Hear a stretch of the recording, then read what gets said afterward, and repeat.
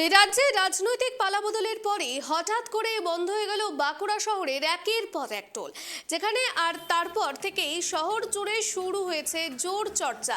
স্থানীয় বাসিন্দা থেকে শুরু করে গাড়ির চালকদের একাংশের দাবি, বছরের পর বছর সাধারণ মানুষের উপর অতিরিক্ত আর্থিক চাপ তৈরি করা হয়েছিল এবং এই টোলকে কেন্দ্র করে একাধিক অভিযোগ উঠছিল। অভিযোগ, বছরের পর বছর সাধারণ মানুষের কাছ থেকে মোটা অঙ্কের টাকা তোলা হলেও তা কোনো রকম স্বচ্ছ হিসাবে মেলেনি। এতদিন ধরে চলা এই টোল আদায়ের নেপথ্যে কি ছিল বড় কোনো দুর্নীতির চক্র? যে টোল আদায় চলছিল তা আদৌ কি বৈধ ছিল? সেই প্রশ্নই এখন বাঁকুড়ায় ঘুরপাক খাচ্ছে জেলাবাসীর মনে। কে আদায় করতো এটা তো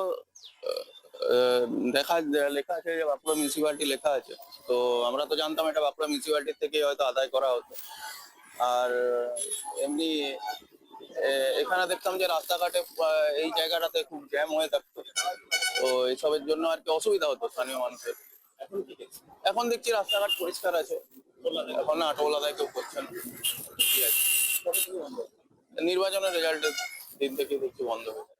এই বিদায়ী চোরের সরকার, তাদের কেউ জামাই, কেউ ভাইপো, কেউ আত্মীয় স্বজন এগুলো চালাতো।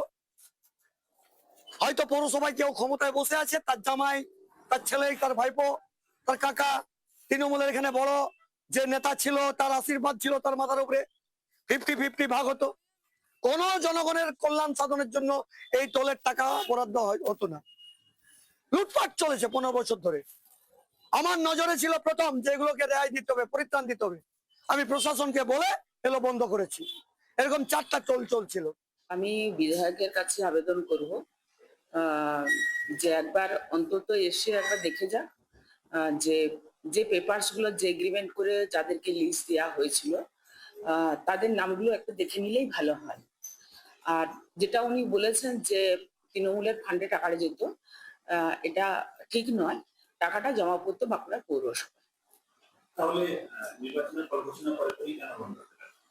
নির্বাচনের পরে পরে যেটা বন্ধ হয়ে গেছে সেটা কিছু মানুষ টোলগুলোকে ভেঙে দিয়েছে, যার ফলে বন্ধ হয়ে গেছে। ওইগুলো সবগুলোই ভেঙে ফেলা হয়েছে।